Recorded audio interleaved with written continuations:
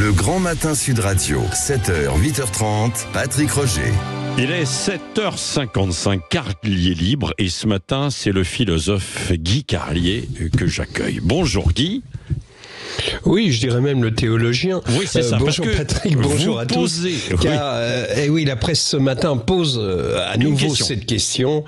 Eh oui, faut-il séparer l'homme de l'artiste? Et si je m'y attarde, c'est qu'elle touche le domaine religieux. Figurez-vous qu'à Lourdes, les mosaïques de la façade extérieure de la basilique sont l'œuvre d'un prêtre, le père Rupnik, et qu'il est accusé d'abus sexuels.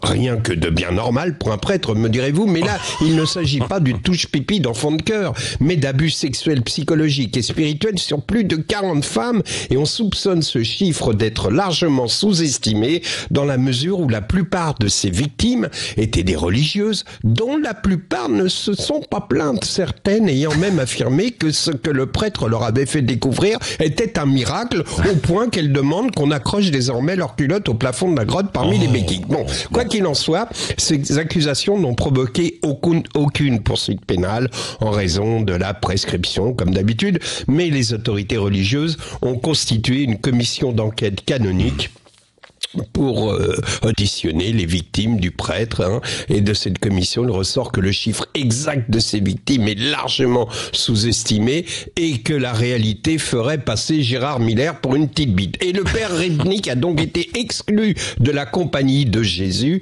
mais toujours est-il qu'à Lourdes le débat fait rage. Faut-il séparer l'homme de l'artiste, détruire les fresques en mosaïque de ce prêtre? Les pèlerins sont divisés car il a réalisé également les mosaïques de la cathédrale de Madrid, de Nanterre, de Fatima, le patronage du Bon Conseil à Paris et de nombreuses églises paroissiales. Et puis qui sait, peut-être ces mosaïques possèdent-elles un pouvoir qui aide au miracle.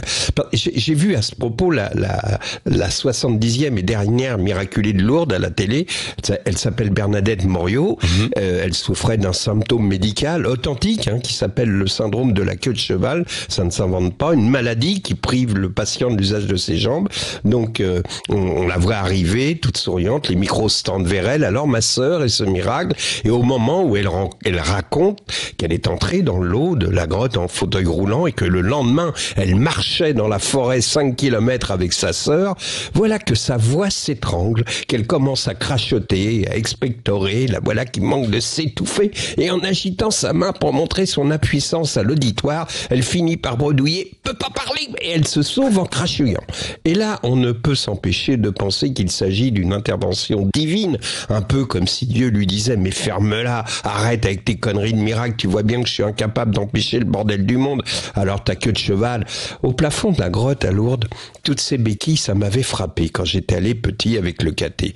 Ce miracle spécifique aux béquilles. Par exemple, il n'y a pas la jambe artificielle d'un cul-de-jatte à qui un miracle aurait fait repousser une jambe.